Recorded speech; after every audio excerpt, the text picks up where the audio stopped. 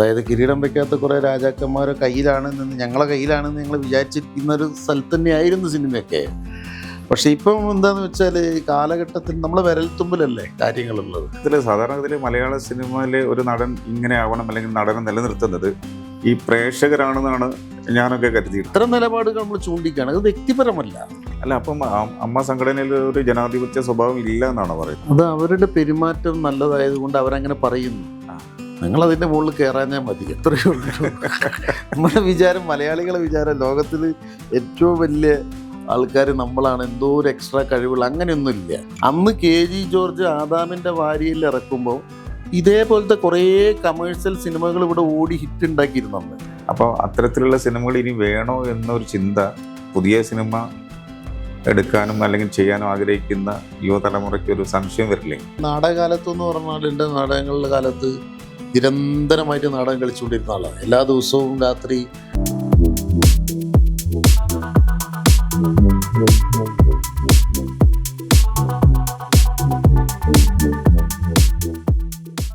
അപ്പോൾ ഹരീഷേട്ടാ, എന്തൊക്കെയാ പുതിയ വിശേഷം? സുഖമായിരിക്കുന്നു. പുതിയ വിശേഷങ്ങൾ പ്രധാനമായിട്ടും നമ്മളുടെ മധുരക്കണക്കാണ് എൻ്റെ രണ്ടാമത്തെ പ്രൊഡക്ഷനാണ്. ആദ്യത്തെ സിനിമ ദാസേട്ടൻ്റെ സൈക്കിൾ എന്ന് പറഞ്ഞ സിനിമയെ ഞാൻ പ്രൊഡ്യൂസ് ചെയ്തിരുന്നു. ഇപ്പോൾ രണ്ടാമത്തെ സിനിമയാണ് അത്. എത്ര വർഷത്തെ ഒരു ഗ്യാപ്പിലാണ് പുതിയ രണ്ടാമത്തെ സിനിമ ഇറങ്ങുന്നത്? ആദ്യത്തെ സിനിമ ശരിക്ക് ഈ വർഷം തന്നെയാണ് റിലീസ് ചെയ്തിരുന്നത്. അത് കഴിഞ്ഞിട്ടാണ് ഇത്. ഇപ്പം അധികം ഗ്യാപ്പില്ല. പക്ഷേ ഈ സിനിമ ഞങ്ങൾ ഈ രണ്ടാമത്തെ സിനിമ മധുരക്കണക്ക് ഇപ്പോൾ റിലീസാകാൻ പോകുന്ന December 4th അത് നമ്മൾ 2 ഷെഡ്യൂളായിട്ട് പൂർത്തീകരിച്ചൊരു സിനിമയാണ്. അപ്പോൾ ആ ഒരു നിർമ്മാണത്തിൽ അത്ര ഒരു ഗ്യാപ്പ് ഉണ്ടായിരുന്നു എന്ന് മാത്രം. എങ്ങനെയാണ് ഒരു പ്രൊഡ്യൂസർ എന്നുള്ള രീതിയിലേക്ക് എങ്ങനെയാണ് വന്നത്? അങ്ങനെയാണ് ആ സിനിമ, അതിനെക്കുറിച്ചൊന്ന് പറയും. മധുരക്കണക്ക് ഇപ്പോൾ റിലീസാകാൻ പോവുകയല്ലേ? അതെ, ഇത് ഒരു കണക്ക് മാഷുടെ റിട്ടയർഡ് ചെയ്ത ഒരു കണക്കധ്യാപകൻ്റെ ജീവിതത്തിലൂടെയാണ് ഈ കഥ പറഞ്ഞു പോകുന്നത്. അതുകൊണ്ട് തന്നെ ഇതിൻ്റെ സ്ക്രിപ്റ്റ് എന്ന് പറയുന്നത് നമ്മുടെ A. ശാന്തകുമാറാണ്. നമ്മളെ മരിച്ചുപോയ, നമ്മളെ 2 വർഷം മുമ്പേ നമ്മളെ വിട്ടുപോയ A. ശാന്തകുമാർ. ശാന്തനെ അറിയാലോ, മലയാള നാടക ലോകത്ത് വളരെ പ്രശസ്തനായ ഒരുപാട് വിപ്ലവകരമായ നാടകങ്ങൾ സൃഷ്ടിച്ച മനുഷ്യനാണ്. ഞങ്ങൾ പഴയകാല നാടകകാലത്തെയുള്ള സൗഹൃദമാണ്. അപ്പം ശാന്തൻ്റെ ഒരു ആദ്യത്തെ സിനിമ ഭൂമിയിലെ മനോഹര സ്വകാര്യങ്ങളായിരുന്നു. അത് ഷൈജു ആയിരുന്നു ഡയറക്റ്റ് ചെയ്തത്, ഷൈജു അന്തിക്കാട്. അതിലും ഞാൻ ചെയ്തിരുന്നു. ഇതിപ്പോൾ ഇങ്ങനെ ഒരു സിനിമ ഞങ്ങൾ കോവിഡ് കാലത്ത് ഞാനും ശാന്തനും കൂടെ ഇങ്ങനെ ഫോണിലൂടെയുള്ള സംഭാഷണത്തിലാണ് ഇങ്ങനെ ഒരു കഥ ശാന്തം പറയുന്നത്. കേട്ടപ്പോൾ എനിക്ക് ഭയങ്കര ഇഷ്ടപ്പെട്ടൊരു പ്ലോട്ടായിരുന്നു. അപ്പോൾ അത് ഡെവലപ്പ് ചെയ്യാൻ പറഞ്ഞു. അങ്ങനെ ഡെവലപ്പ് ചെയ്തതാണ് ശാന്തൻ. ഇത് തിരക്കഥയൊക്കെ പൂർണ്ണമാക്കിയതിന് ശേഷമാണ് ശാന്തൻ നമ്മളെ വിട്ടുപോയത്. അപ്പോൾ അത് പൂർത്തീകരിക്കുക എന്നുള്ളത് നമ്മളുടെ ഒരു വലിയ ഉത്തരവാദിത്തമായിരുന്നു. അപ്പോൾ അത് ഏതാണ്ട് ഞങ്ങൾ വിചാരിച്ച പോലെ തന്നെ സമയമെടുത്താലും അത് പൂർത്തിയായി.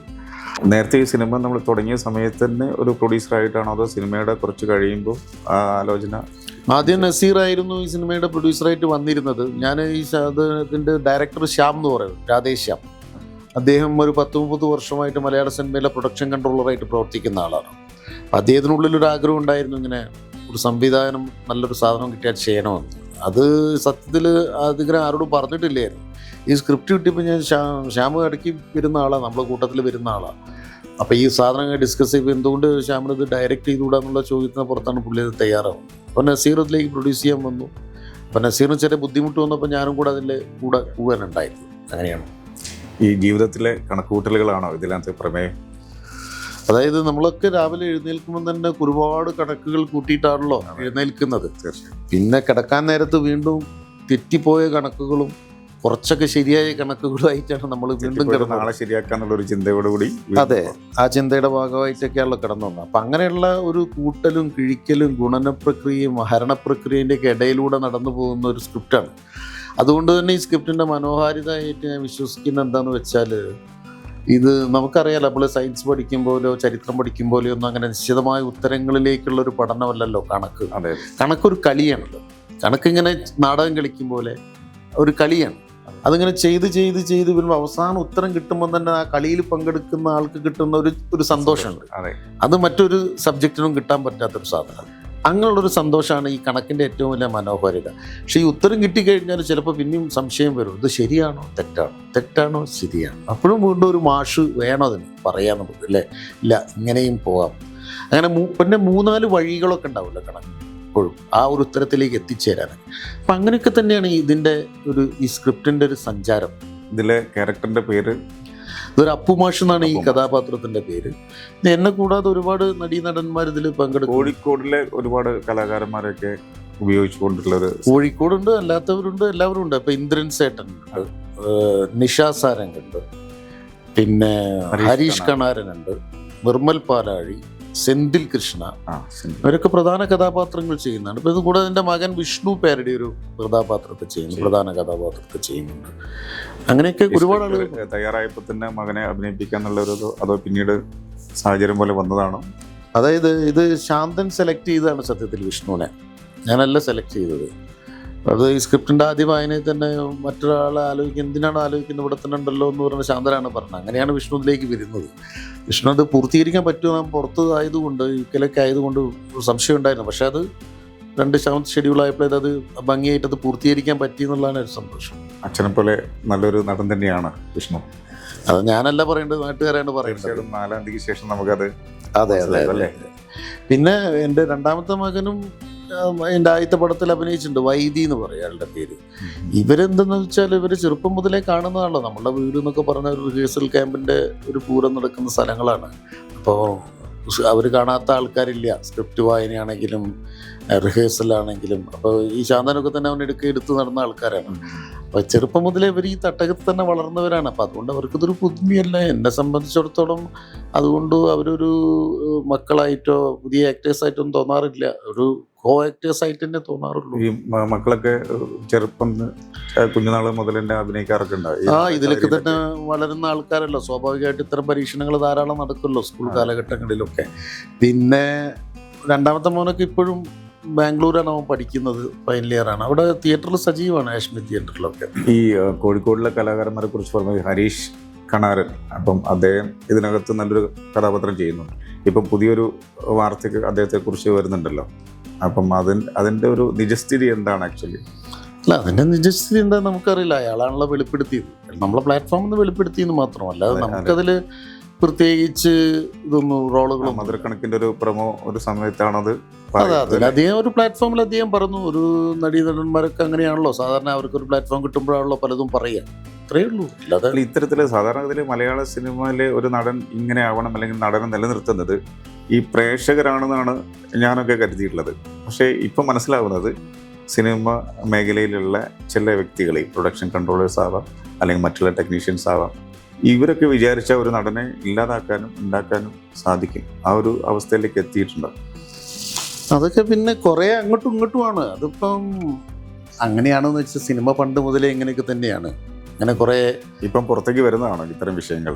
ഇപ്പം കുറച്ചും കൂടെ പുറത്തേക്ക് വരുന്നു ഇത്തരം കാര്യങ്ങൾ എന്നൊക്കെയുള്ളൂ. അതായത് കിരീടം വയ്ക്കാത്ത കുറേ രാജാക്കന്മാരെ കയ്യിലാണെന്ന്, ഞങ്ങളെ കയ്യിലാണെന്ന് ഞങ്ങൾ വിചാരിച്ചിരിക്കുന്ന ഒരു സ്ഥലത്ത് തന്നെയായിരുന്നു സിനിമയൊക്കെ. പക്ഷെ ഇപ്പം എന്താണെന്ന് വെച്ചാൽ കാലഘട്ടത്തിൽ നമ്മളെ വിരൽത്തുമ്പിലല്ലേ കാര്യങ്ങളുള്ളത്. അപ്പോൾ ആളുകൾ കുറച്ചും കൂടി, ഇപ്പം നിങ്ങളിപ്പോൾ ഒരു സാധനം വിട്ട് അപ്പം തന്നെ ഒരാൾക്ക് മറുപടി പറയാൻ പറ്റുന്ന കാലമാണ്. അല്ലാതെ പണ്ട് പത്രം ഓഫീസിലേക്ക് ഒരു കത്തെഴുതി അഭിപ്രായക്കോളത്തിലൊരു അഭിപ്രായം വരാൻ മാസങ്ങളോളം കാത്തിരിക്കേണ്ട ആവശ്യമൊന്നുമില്ലല്ലോ. ഓരോ ആളും ഓരോ പത്രമാണ്, അല്ലേ? ഓരോ ആളുടെ ചൂണ്ടുപേരിൽ ഒരു പേനയാണ്. അപ്പം അങ്ങനെയുള്ള കാലഘട്ടത്തിൽ കാലം മാറി ഇതാര് തിരിച്ചറിയണോ? ഇത്തരം ബ്ലോക്കുകൾ ഉണ്ടാക്കുന്ന ആളുകൾ തിരിച്ചറിയണം. കാലത്ത് അപ്ഡേറ്റ് ചെയ്യാൻ പഠിക്കണം. അപ്ഡേറ്റ് ചെയ്യാൻ പഠിച്ച പ്രശ്നമൊന്നും ഉണ്ടാവും. വളരെ മോശമായ ഒരു അവസ്ഥയിലേക്കാണ് കാര്യങ്ങൾ പോകുന്നത്. കാരണം ഈ പരസ്യമായിട്ട് വെല്ലുവിളിക്കുക, അല്ലെങ്കിൽ പരസ്യമായിട്ട് നിന്റെ ജീവിതം അല്ലെങ്കിൽ സിനിമാ ജീവിതം തകർക്കാം എന്നൊക്കെ പറയുന്ന ഒരു ലെവലിലേക്കുള്ള ഒരു ഈ സോഷ്യൽ മീഡിയ എത്രമാത്രം സജീവമായിട്ടുള്ള ഈ സമയത്തും ഇത് പറയാനുള്ള ധൈര്യം ഒക്കെ എവിടുന്ന് കിട്ടുന്നതാണ് ഇവർക്കൊക്കെ. അല്ല, അത് അവർ അങ്ങനെ നിരന്തരമായിട്ട് ചെയ്ത് പോകുന്നതൊക്കെ ശരിയാന്ന് അവനവൻ വിചാരിക്കുകയാണ്. അപ്പോഴാണ് അത് ഉണ്ടാവുന്നത്. ആരെങ്കിലും ഒരാൾ അതല്ല എന്ന് തിരിച്ചു പറയുമ്പോഴാണ് ഇത് മനസ്സിലാവുന്നത്. അവർക്കും അവരുടെ കൂടെ നിൽക്കുന്നവർക്കും മനസ്സിലാവണം. അപ്പോൾ അങ്ങനെ ക്രമേണ ഇത് തിരുത്തപ്പെടും. ഇങ്ങനെ ചോദ്യം ചെയ്യാൻ എല്ലാ കാലത്തും ആൾക്കാരുണ്ടാവണോ? ഉണ്ടാവുമ്പോഴാണിത്. എല്ലാവരും എൻ്റെ കാര്യം നടന്നു പോയിക്കോട്ടെ എന്ന് വിചാരിച്ചിട്ട് പറയുമ്പോഴേക്കും, ഇപ്പം തന്നെ ഹരീഷ് അവനൊരു പ്രശ്നം വന്ന സമയത്ത് കുറേ കഴിഞ്ഞപ്പോഴാണല്ലോ ഇത് പറയുന്നത്. കുറേ കാലം അയാൾ സഹിച്ചിട്ടുണ്ടായിരിക്കും. അപ്പോൾ അവരുടെ സംഘടന ഉണ്ടല്ലോ AMMA, അതിൽ പരാതി കൊടുത്തല്ലോ. എന്ത് നടപടി ഉണ്ടായി? ഒരു നടപടി ഉണ്ടായില്ല. അത് നടപടി ഉണ്ടാവാത്തതുകൊണ്ടല്ലോ അത് പുറത്തേക്ക് പറയേണ്ടി വന്നു. ഹരീഷേട്ടൻ AMMA എന്നാണ് പറയുന്നത്. അങ്ങനെ പറയാൻ പാടില്ലേ? CPIM എന്നാണ് നമ്മൾ പറയുന്നത്. അമ്മ എന്ന് പറയുമ്പോൾ കുറച്ചും കൂടി ഒരു അടുപ്പ് അല്ല, അങ്ങനെ പറയുന്നോണ്ട് ബുദ്ധിമുട്ടൊന്നുമില്ല. അല്ല, എന്തുകൊണ്ടാണ് അതിൽ നിന്ന് രാജിവെച്ചതല്ല അമ്മ സംഘടന? എന്തായിരുന്നു അതിന്റെ കാരണം?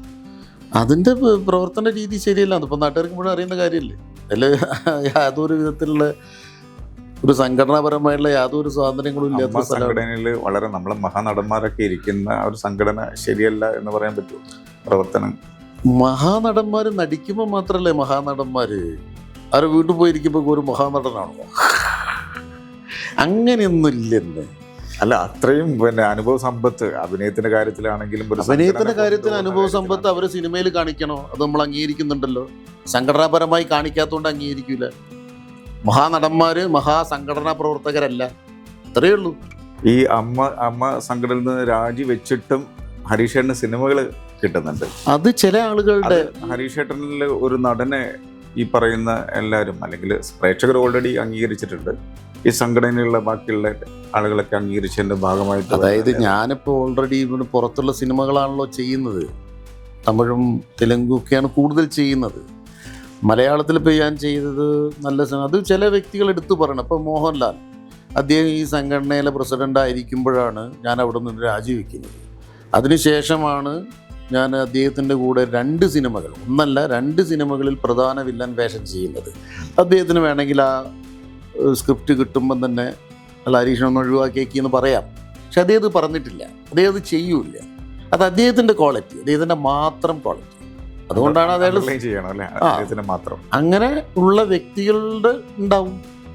അപ്പം ആ വ്യക്തികൾ, അതുകൊണ്ടാണ് അയാൾ സൂപ്പർ താരം മാത്രമല്ല സൂപ്പർ മനുഷ്യനെന്ന് പലപ്പോഴും എടുത്ത് ഞാൻ പറഞ്ഞത്. അത് അദ്ദേഹം എന്തെങ്കിലും വേണമെങ്കിൽ മാറ്റാമായിരുന്നു. പക്ഷെ അത് ചെയ്തിട്ടില്ലല്ലോ, ഞാൻ അറിയും കൂടിയില്ല. അതാ വ്യക്തിൻ്റെ ക്വാളിറ്റി. അതല്ലാതെ സംഘടനാപരമായിട്ട് നിങ്ങൾ ചർച്ച ചെയ്യുമ്പോൾ ആ സംഘടനയ്ക്കുള്ള ചില പ്രശ്നങ്ങൾ നമ്മൾ ചൂണ്ടിക്കാണിക്കുന്നു. മനസ്സിലായില്ലേ? സംഘടന എന്ത് നിലപാട് പൊതുസമൂഹത്തോട് പൊതുവിഷയങ്ങളിൽ എടുക്കുന്നോ, പ്രത്യേകിച്ച് സിനിമയുമായി ബന്ധപ്പെട്ട സ്ത്രീകളെ വിഷയങ്ങളിൽ, ഇത്തരം കാര്യങ്ങളിലൊക്കെ ഉള്ള പ്രശ്നങ്ങളാണ്.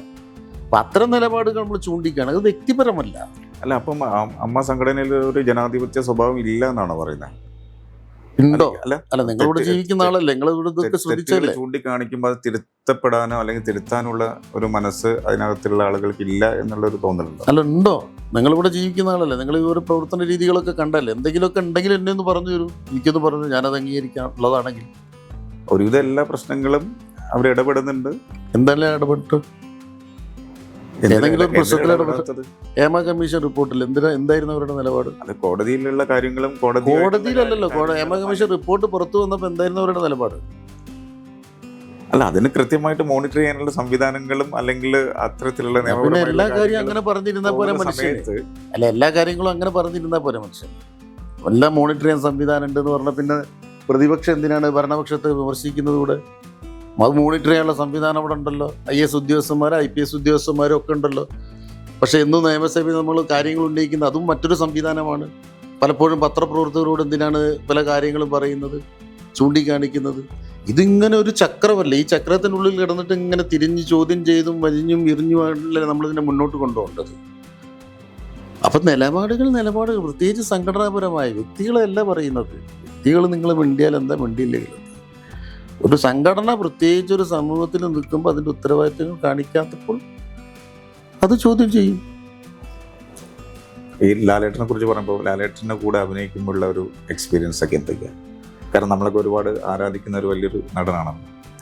ഹരീഷേട്ടൻ വളരെ ശക്തമായിട്ടുള്ള വില്ലൻ കഥാപാത്രം അദ്ദേഹത്തിൻ്റെ കൂടെ ചെയ്തിട്ടുണ്ട്. അല്ല, അദ്ദേഹം വളരെ നമുക്കൊക്കെ അറിയാമല്ലോ, നമ്മളൊക്കെ ചെറുപ്പം മുതലേ കാണുന്ന ഒരു അസാമാന്യ ഒരു അഭിനേതാവാണല്ലോ അദ്ദേഹം. ഒരു കഥാപാത്രത്തെ സ്വീകരിക്കുന്നതും ആ കഥാപാത്രത്തെ സമീപിക്കുന്നതും ഒക്കെ വളരെ വ്യത്യസ്തമായ രീതിയിലാണ്. പലപ്പോഴും നമുക്കത് അധികം അഭിനയിക്കുകയാണോ എന്നൊക്കെ സംശയം തോന്നും നേരിട്ട് കാണുമ്പോൾ. പക്ഷെ നേരെ മറിച്ച് മോണിറ്ററിൽ പോയി നോക്കുമ്പോൾ അതിൻ്റെ റിസൾട്ട് കാണുമ്പോഴാണോ വളരെ വ്യത്യാസം തോന്നും. അത്ര അണ്ടർ ആക്ടിങ് എന്ന് പറയും അതിനെ. അങ്ങനെയുള്ളൊരു സാധനമാണ്. പക്ഷെ അത് ചില ആളുകൾ കൂടെ ധരിച്ചു വെച്ചിരിക്കുന്നത് എന്താ വെച്ചാൽ എല്ലാവരും നാച്ചുറൽ സ്വാഭാവികമായിട്ട് വീട്ടിൽ വർത്തമാനം പറയും പോലെ പറഞ്ഞാൽ മോഹൻലാലാവും എന്നൊരു ധാരണ പൊതുവേ പുതുതായിട്ട് കടന്നു വരുന്ന കുട്ടികൾക്കൊക്കെ ഉണ്ട്. അങ്ങനെ ആവില്ല. അദ്ദേഹം അഭിനയിക്കുന്നതാണ്. അദ്ദേഹം അണ്ടർ ആക്ടിങ് എന്ന് പറയുന്നൊരു ഒരു വിഭാഗത്തിൽപ്പെടുന്ന ഒരു ശാഖ രീതിയാണത്. ആ രീതിയിലാണ് അത് ചെയ്യുന്നത് എന്ന് മാത്രം. അല്ലാതെ അങ്ങനെ വീട്ടിൽ വർത്താനം പോലെ പറയല്ല. അത് ആ കഥാപാത്രത്തിൻ്റെ സ്വഭാവം, അതിൻ്റെ ആഴം ഒക്കെ മനസ്സിലാക്കിയിട്ടുള്ള ഒരു രീതിയാണത്. മലൈക്കോട്ടെ വാലിബൻ അതിൻ്റെ 2ാം പാർട്ട് വരുമെന്നൊരു പ്രതീക്ഷ, ആഗ്രഹങ്ങളൊക്കെ ഉണ്ടായിരുന്നു തോന്നുന്നു ഹരീഷേട്ടന്? അല്ല, അങ്ങനെയായിരുന്നു അതിൻ്റെ. ഞാൻ ആഗ്രഹിക്കുന്നല്ല, അതിൻ്റെ ക്രിയേറ്റേഴ്സ് എന്നോട് പറഞ്ഞ കാര്യങ്ങളാണ്. അതുകൊണ്ടല്ല അത് അതിൽ തന്നെ അനൗൺസ് ചെയ്തല്ലോ. 2nd പാർട്ടിൽ നിന്ന് അനൗൺസ് ചെയ്തല്ലോ, ഫസ്റ്റ് പാർട്ടിൽ തന്നെ. ഞങ്ങളുടെ തന്നെ ചാപ്റ്റർ 4ലുള്ള ഒരു ഇൻ്റർവ്യൂവിൽ ശ്രീ ഷിബു ബേബി ജോൺ പറഞ്ഞിട്ടുണ്ടായിരുന്നു, അതിന് 2nd പാർട്ട് വരുന്നില്ല, അതിൻ്റെ തിരക്കഥയിലൊക്കെ ചെറിയ മാറ്റങ്ങളൊക്കെ വന്നിട്ടുണ്ടായിരുന്നു. അവസാനത്തെ ഒരു സിനിമ വന്ന സമയത്ത് അതിൽ ചെറിയ മാറ്റങ്ങൾ വന്നു. അദ്ദേഹത്തിന് അതിനോട് വലിയൊരു താല്പര്യമില്ലായിരുന്നു. അതിൻ്റെ അത്തരം വിഷയങ്ങളെക്കുറിച്ച് അറിയായിരുന്നു. അല്ല, അത് അവർ തമ്മിലുള്ള ഇന്റേണൽ ഡിസ്കഷൻ അല്ലേ. അതിപ്പോൾ ഞാനത് പറയാം. അതിനകത്തൊരു നല്ലൊരു കഥാപാത്രം ചെയ്തൊരു വ്യക്തി, അല്ല, കഥാപാത്രം ചെയ്താലും അത് ഇനി വരുന്നില്ല എന്ന് പറഞ്ഞാൽ അത് പ്രൊഡ്യൂസറുടെ താല്പര്യം. അയാൾ വരുത്തുന്നില്ല, ചെയ്യുന്നില്ല, അത് അയാളുടെ വ്യക്തിപരമായ അഭിപ്രായം. പിന്നെ മാറ്റം വന്നത് നമുക്കറിയാത്ത കാര്യമാണ്. എനിക്കറിയില്ല, അതിനെക്കുറിച്ചൊന്നും എനിക്കറിയില്ല. എൻ്റെ മുന്നിൽ തന്ന സ്ക്രിപ്റ്റും കാര്യങ്ങളാണ് ഞാൻ വായിച്ചത്. മലൈക്കോട്ടെ വാലിബൻ എന്ന സിനിമയെക്കുറിച്ച് വ്യക്തിപരമായിട്ട് ഒരു പ്രേക്ഷകൻ എന്നുള്ള രീതിയിൽ ഹരീഷേട്ടൻ്റെ അഭിപ്രായം? അതൊരു ഇന്ത്യൻ കാവ്യമാണ്. ഇന്ത്യൻ സിനിമ എന്നല്ല ഞാൻ വിശേഷിപ്പിക്കുക, ഒരു ഇന്ത്യൻ കാവ്യമാണ്. അത് അധികം അങ്ങനെ ചെയ്യാൻ പറ്റാത്ത, അനുകരിക്കാൻ പറ്റാത്ത, അല്ല ഇതിനു മുൻപ് അങ്ങനെ ഉണ്ടായിട്ടില്ലാത്ത ഒരു സിനിമാ സങ്കല്പമാണ്. അതൊരു പുതിയ സങ്കല്പമാണ്. അത് അതിൻ്റേതായ രീതിയിൽ തന്നെ അത് ചെയ്തു വെച്ചിട്ടുമുണ്ട് ലിജോ പല്ലിശ്ശേരി എന്ന സംവിധായകൻ. പിന്നെ അതിൻ്റെ അത് റിസൾട്ടായോ ഇല്ലെന്ന് നമുക്ക് അത്തരം സിനിമകൾക്ക് മലയാളത്തിൽ സ്ഥാനമുണ്ട് എന്ന് വിശ്വസിക്കുന്നു. മലയാളത്തിൽ ഇങ്ങനെ ചോദിക്കാൻ കാര്യം, ഇത് കമേഴ്സ്യലായിട്ട് വലിയൊരു വിജയം വന്നിട്ടില്ല. അപ്പോൾ അത്തരത്തിലുള്ള സിനിമകൾ ഇനി വേണോ എന്നൊരു ചിന്ത പുതിയ സിനിമ എടുക്കാനും അല്ലെങ്കിൽ ചെയ്യാനും ആഗ്രഹിക്കുന്ന യുവതലമുറയ്ക്ക് ഒരു സംശയം വരില്ലേ? ഒരു ധൈര്യം എന്ന് പറയുന്നത് ഇത് ഇനി മോശമല്ല, കൊമേഴ്സ്യലി വിജയിച്ചിട്ടില്ലെങ്കിൽ കുഴപ്പമില്ല, നമുക്കത് ബാലൻസ് ചെയ്യാം. പക്ഷെ പുതിയ സിനിമാക്കാർ അങ്ങനെയല്ലല്ലോ വരുന്നത്. അവർക്ക് സാമ്പത്തികമായിട്ടൊരു നേട്ടങ്ങൾ വേണ്ടേ. അപ്പം ഇത്തരം സിനിമകൾ മലയാളത്തിലേക്ക് നമുക്ക് കൊണ്ട് എത്തിക്കാം, ഇവിടെ നമുക്ക് എക്സിബിറ്റ് ചെയ്യാം എന്ന ഒരു ധൈര്യക്കുറവ് ഈ സിനിമ കാരണമായോ? നമുക്ക് കുറച്ചുകൂടി പിന്നോട്ട് സഞ്ചരിച്ചാൽ അതിന് ഉത്തരം കിട്ടും. KG ജോർജിൻ്റെ ആദാമിൻ്റെ ഭാര്യയിൽ കണ്ടിട്ടുണ്ടോ? അതിൻ്റെ ക്ലൈമാക്സ് എന്താണെന്നറിയാം? KG ജോർജും ക്യാമറാമാനും ഉള്ള സംഘം ഇങ്ങനെ ഷൂട്ട് ചെയ്തുകൊണ്ടിരിക്കുകയാണ്. അപ്പോൾ ഒരു സ്ത്രീകളെ റെസ്ക്യൂ ഹോമിൽ നിന്ന് പുറത്തേക്ക് ഓടി ഇറങ്ങിയിട്ട് ക്യാമറാമാനും സംവിധായകനെയൊക്കെ തട്ടി മാറ്റിയിട്ട് പോകുന്നതാണ് അതിൻ്റെ രംഗം. കമേഴ്സ്യലി വിജയിച്ച പടമല്ല ആദാമിൻ്റെ ഭാര്യ. അതേപോലത്തെ ഒരു ക്ലൈമാക്സ് ലോക സിനിമയിൽ എവിടെയെങ്കിലും ഉണ്ടോ? അത്തരം സ്ഥലങ്ങൾ ഉണ്ടാക്കിയെടുത്ത സ്ഥലമാണ്. അന്ന് KG ജോർജ് ആദാമിൻ്റെ ഭാര്യയിൽ ഇറക്കുമ്പോൾ ഇതേപോലത്തെ കുറേ കമേഴ്സ്യൽ സിനിമകൾ ഇവിടെ ഓടി ഹിറ്റ് ഉണ്ടാക്കിയിരുന്നു. അന്ന് ഏതെങ്കിലും ഒരു സംവിധായകൻ്റെ, ഒരു തിരക്കഥാകൃത്തിൻ്റെ പേരൊന്ന് പറയുമോ നിങ്ങൾ അന്ന് ഓടിയ സിനിമയിലെ? KG ജോർജ് ഇന്നും ഓർമ്മിക്കപ്പെടുന്നു. ഇതിൻ്റെ അപ്പുറത്തേക്ക് ഞാൻ പറയേണ്ട കാര്യമില്ലല്ലോ. അപ്പോൾ ഈ പുതുതലമുറ നിങ്ങൾ അങ്ങനെ പറഞ്ഞ് വിശേഷിപ്പിക്കുന്നവർ ഒരൊട്ടും മോശക്കാരല്ല. അവർക്ക് മനസ്സിലാവും സാമ്പത്തിക വിജയം മാത്രമാണ്, നിങ്ങളത് ആഘോഷിച്ച് പോയിക്കോളൂ. അപ്പം ഇതിനൊക്കെ നിരവധി ഉദാഹരണങ്ങൾ മലയാളത്തിൽ തന്നെ ഉണ്ട്. ഇപ്പം നമ്മളിപ്പോൾ ഏറ്റവും അധികം ആഘോഷിക്കുന്ന ഒരാളാണ് പപ്പേട്ടൻ എന്ന് പുതുതലമുറ വിളിക്കുന്ന പത്മരാജൻ. അത് ഇതിൻ്റെ എത്ര സിനിമകൾ കമേഴ്സ്യൽ ഹിറ്റായിട്ടുണ്ട്? വളരെ കുറച്ചേ ഉള്ളൂ. അല്ലാത്ത സിനിമകളൊക്കെ കമേഴ്സ്യൽ അങ്ങനെ വിജയിച്ച സിനിമകളല്ല. പക്ഷെ അദ്ദേഹം ഓർമ്മിക്കപ്പെടും. അദ്ദേഹത്തിന് കൂടെ ഉണ്ടായിരുന്നവരെവിടെ ഓർമ്മിപ്പിക്കപ്പെടുന്നുണ്ട്. അപ്പം അങ്ങനെ ഒരു സാധനമുണ്ട്. നമുക്ക് കേരളം വിട്ട് കഴിഞ്ഞാൽ നമുക്ക് തമിഴിലേക്കും തെലുങ്കിലേക്കും ഒന്ന് പോവാം അല്ലേ? ഇപ്പം ഒരു തെന്നിന്ത്യൻ താരമായി മാറിക്കഴിഞ്ഞു ഹരീഷേട്ടൻ. ഇപ്പം ചിരഞ്ജീവി സാറുമായിട്ട് അഭിനയിച്ചിട്ടുണ്ടായിരുന്നു. അതെ, അതിൻ്റെ ഒരു എക്സ്പീരിയൻസ് എന്ന് പറയാം. അല്ല, തമിഴിൽ കുറേ സിനിമകളായി, ഒരുപാട് ആളുകളെ കൂടെ ചെയ്തത് കഴിഞ്ഞ് തെലുങ്ക് ചെയ്തു, ഇപ്പോൾ കന്നഡ ചെയ്തു, അങ്ങനെ പോകുന്നു. അതിലിപ്പോൾ അടുത്താണ് ചിരഞ്ജീവി സാറിൻ്റെ കൂടെ ഒരു പ്രധാന ഒരു ഉടനീളമുള്ള കഥാപാത്രമല്ല, പക്ഷെ ഇമ്പോർട്ടൻ്റ് ആയിട്ടുള്ള ഒരു ക്യാരക്ടർ നയൻതാരയായിരുന്നു അദ്ദേഹം ഹീറോയിൻ. ഇത് രണ്ടുപേരായിട്ടുള്ള കോമ്പിനേഷൻ ആയിരുന്നു. അപ്പോൾ അത് കഴിഞ്ഞപ്പോൾ അയാളുടെ അടുത്ത സിനിമയിലേക്ക് വലിയ റോളിനെ വിളിക്കുകയും ചെയ്തിട്ടുണ്ട് അദ്ദേഹം. അതൊക്കെ തന്നെ ഒരു വലിയ ഇത്തരം ഭാഷാ സിനിമകളിലൊക്കെ അഭിനയിക്കുമ്പോഴേ ഈ മലയാളത്തിൽ നിന്ന് വരുന്ന ആക്ടേഴ്സിന് ഒരു പ്രത്യേക ഒരു കൺസിഡറേഷൻ അല്ലെങ്കിൽ ഒരു പ്രത്യേക ഒരു റെസ്പെക്റ്റ് കിട്ടാറുണ്ടെന്ന് പൊതുവെ കേൾക്കാറുണ്ട്. നമ്മളുടെ ഒരു മലയാള സിനിമയുടെ ഒരു ഇതൊന്ന് വരുമ്പോഴേ കുറച്ച് കാലിബറുള്ള ആളുകളാണ് വരുന്നത് എന്നുള്ള ഫീൽ അവർക്കുണ്ടോ? അതൊന്നും നമ്മൾ വെറുതെ, ഞാനും അത് കേട്ടിട്ടുണ്ട് പലപ്പോഴും. അത് അവരുടെ പെരുമാറ്റം നല്ലതായതുകൊണ്ട് അവരങ്ങനെ പറയുന്നു. ആ. നിങ്ങളതിൻ്റെ മുകളിൽ കയറാഞ്ഞാൽ മതി, എത്രയേ ഉള്ളൂ. നമ്മുടെ വിചാരം, മലയാളികളെ വിചാരം ലോകത്തിൽ ഏറ്റവും വലിയ ആൾക്കാർ നമ്മളാണ്, എന്തോ ഒരു എക്സ്ട്രാ കഴിവുകൾ, അങ്ങനെയൊന്നുമില്ല. മലയാളിക്ക് പ്രത്യേകിച്ചൊരു കഴിവോ മറ്റൊരു ഭാഷക്കാരന് അങ്ങനെ എന്തോ ഒരു കഴിവ് കുറവോ, ഒരു മര്യാദ കാണിക്കുന്നതാണ്. അവർ കാണിക്കുന്ന മര്യാദയാണത്. അവർ അതിഥികളെ സ്വീകരിക്കാൻ അറിയുന്നത് കൊണ്ട് നിങ്ങളാണ് വലിയവൻ എന്നും അവർ പറയും. അപ്പൊ നമുക്ക് തോന്നുന്നതാണ് നമ്മള്. അപ്പൊ അതിന്റെ മുകളിൽ നിങ്ങൾ ഞാൻ അതുകൊണ്ട് അതേപോലെ വിശ്വസിക്കുമ്പോൾ ഉണ്ടാവുന്ന പ്രശ്നമാണ്. Okay okay. നേരെ മറിച്ച് അവരെല്ലാ ഭാഷയിൽ നിന്നും ആളുകൾ എത്താറുണ്ട്, അങ്ങോട്ടും ഇങ്ങോട്ടും ഒക്കെ പരസ്പരം കൈമാറാറുണ്ട്. അപ്പോൾ അതിൻ്റെ ഒരു ഇതാണ് നമുക്കും കിട്ടുന്നത്, ഇത്രയേ ഉള്ളൂ. തമിഴില് വിജയന്റെ കൂടെയൊക്കെ അഭിനയിച്ചു. ഇവരൊക്കെ സത്യം പറഞ്ഞാൽ എന്താ പറയുക, പിന്നെ ഇന്ത്യൻ സിനിമയിലെ സൂപ്പർ താരങ്ങളാണ്. അപ്പം ഇപ്പൊ പറഞ്ഞ പോലെ ഇവരുടെ അടുത്തൊക്കെ അഭിനയിക്കുന്ന സമയത്ത് ഈ ഹരീഷേട്ടൻ അഭിനയ കളരി എന്ന് പറഞ്ഞ നാടകത്തിൽ തുടങ്ങിയിട്ടുള്ള ഇതാണ്. അപ്പം അഭിനയത്തിൽ ഇനി എന്തെങ്കിലും പഠിക്കാനുണ്ടോ, അല്ലെങ്കിൽ ഇവരുടെ അടുത്ത് നിന്നൊക്കെ വല്ല പുതിയ സാധനങ്ങൾ വല്ലതും പഠിച്ചിട്ടുണ്ടോ? തീർച്ചയായിട്ടും തീർച്ചയായിട്ടും. അത് ഓരോ വ്യക്തികളുടെ അടുത്തൊന്നും പഠിക്കാനുണ്ടാവുമല്ലോ നമുക്ക്. അവർ ഒരു സൂപ്പർ താരം എന്ന് പറയുന്നത് ഒരു മോശപ്പെട്ട സംഗതി അല്ലല്ലോ, അത് കാണാനാണല്ലോ ആളുകളുള്ളത്. അപ്പം ഏറ്റവും അധികം ജനങ്ങളെ ആകർഷിക്കുന്ന എന്ത് ഘടകമാണ് ഇയാളിൽ ഉള്ളത് എന്നുള്ളത് നമ്മൾ പഠിക്കണമല്ലോ. അല്ലാതെ നമ്മൾ അപ്പോൾ ചിലപ്പോൾ നമ്മൾക്ക് ഉണ്ടാകുന്ന ഒരു ചെറിയ മനസ്സിലാക്കാതെ പോയ ചെറിയൊരു സാധനമായിരിക്കും, നമ്മൾ വിട്ടുപോയൊരു ഭാഗമായിരിക്കും. ആ ഭാഗം നമ്മൾ പഠിക്കണം. അങ്ങനെ സൂക്ഷ്മമായിട്ട് എല്ലാവരെയും വാച്ച് ചെയ്യാം. ഹരീഷേട്ടൻ ആദ്യകാലങ്ങളിലൊക്കെ ഒരു 10 വർഷം മുമ്പൊക്കെ ആൽബങ്ങളൊക്കെ ചെയ്തിട്ടുണ്ടായിരുന്നു. വളരെ മനോഹരമായ രീതിയിൽ, നല്ല എന്താ പറയുക, നല്ല രീതിയിൽ റീച്ച് ചെയ്ത് പോയിട്ടുള്ള ആൽബങ്ങളൊക്കെ. അതൊക്കെ ഇന്നൊക്കെ അതിനെക്കുറിച്ച് ആലോചിക്കുമ്പോൾ എന്താണ് എൻ്റെ ഒരു ഫീല്? കാരണം വർഷങ്ങൾക്ക് ശേഷം ഹരീഷേട്ടൻ്റെ ഒരു മലയാള സിനിമയിൽ ഹരീഷേട്ടന് മാത്രം പ്രത്യേകമായൊരു സീറ്റ് തന്നെ കിട്ടിയിട്ടുണ്ട്. അപ്പം ആ സീറ്റിലിരിക്കുകയാണ്. അപ്പോൾ തിരിഞ്ഞു നോക്കുമ്പോൾ ഇത്രയും മനോഹരമായുള്ള കുറേ ആൽബങ്ങൾ ചെയ്തു. ആ ഒരു വഴികളൊക്കെ ഉണ്ടായിരുന്നു. നാടകം, പിന്നെ ആൽബങ്ങൾ, പിന്നെ കുറേ ഷോർട്ട് ഫിലിംസ്, അങ്ങനെ സിനിമ, ഇപ്പം സിനിമയിൽ നല്ലൊരു. അപ്പോൾ തിരിഞ്ഞു നോക്കുമ്പോൾ ഈ ആൽബം ചെയ്ത കാലഘട്ടത്തെക്കുറിച്ചൊക്കെ ആലോചിക്കുമ്പോൾ എന്താണ്? മനോഹരമായ കാലഘട്ടമായിരുന്നു. അതിൽ ഏറ്റവും രസം എന്താണെന്ന് വെച്ചാൽ, ഞാൻ നാടകകാലത്തെന്ന് പറഞ്ഞാൽ എൻ്റെ നാടകങ്ങളുടെ കാലത്ത് നിരന്തരമായിട്ട് നാടകം കളിച്ചുകൊണ്ടിരുന്ന ആളാണ്. എല്ലാ ദിവസവും രാത്രി നാടകം കഴിഞ്ഞ് എത്തി രാവിലെ കിടന്നുറങ്ങി ഉച്ചയ്ക്ക് നിൽക്കുന്ന ഒരു രീതിയായിരുന്നു.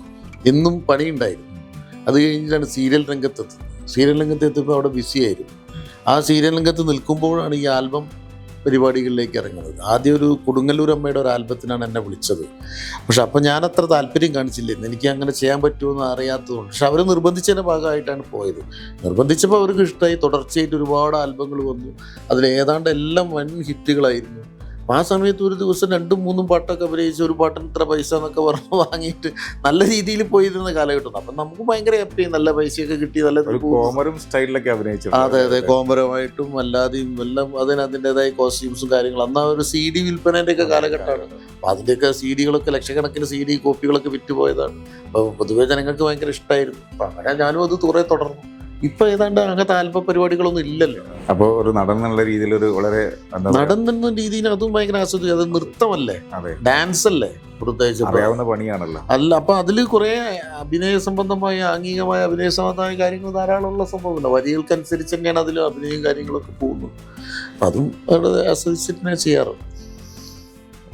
അങ്ങനെ ഒരു പ്രത്യേക പക്ഷം പിടിച്ച് യാത്ര ചെയ്യുന്നതിൽ എന്തോ ഒരു മഹത്തരമായ ഒരു സംഗതി ഉണ്ടെന്ന് വിശ്വസിക്കാത്ത ഒരാളുമാണ്. തീരുമാനത്തിൻ്റെ ഒരു സത്യസന്ധത നമുക്ക് കാണാതെ പോകാൻ പറ്റും. ജനതയ്ക്ക് വേണ്ടി, തമിഴ് ജനതയ്ക്ക് മുഖ്യ പ്രാധാന്യം കൊടുത്തുകൊണ്ടാണല്ലോ അവിടുത്തെ മറ്റു പാർട്ടികളും അങ്ങനെ തന്നെയാണ്. ഇവിടെ മലയാളത്തിലെ കുറെ പൊട്ടന്മാരായ ബുദ്ധിജീവികൾ തെറ്റിദ്ധരിപ്പിച്ച് നമ്മളെ പഠിപ്പിച്ചു പോയത്, അതിലൊക്കെ നമ്മൾ ഒരു കാലത്ത് പെട്ടിരുന്നു എന്നുള്ളത് സത്യമാണ്.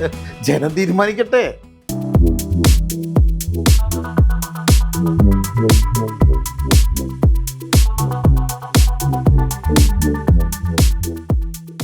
Chapter 4. A chapter with endless stories.